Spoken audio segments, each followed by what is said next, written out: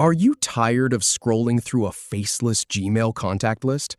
Learn how to add profile photos in under 2 minutes. First, we'll open your contacts, then select a right person, upload a photo, and save it. Let's dive in. Start by navigating to the Gmail homepage. Then, open your contacts by clicking the Contacts icon on the right sidebar. Now, choose the contact you want to add a photo to. Go ahead and open it in a new tab. Click the plus icon on the Contacts profile icon. You can choose a photo from the Illustrations gallery, or you can upload from your computer, which is what we'll do for this tutorial. So click Upload from Computer, then select the photo you want from your files.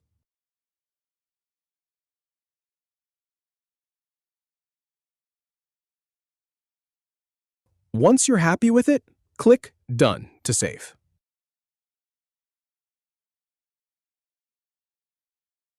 If you have any feedback or if any info is inaccurate, please leave a comment below. We'll do our best to answer or redo the video if needed. Thanks for watching.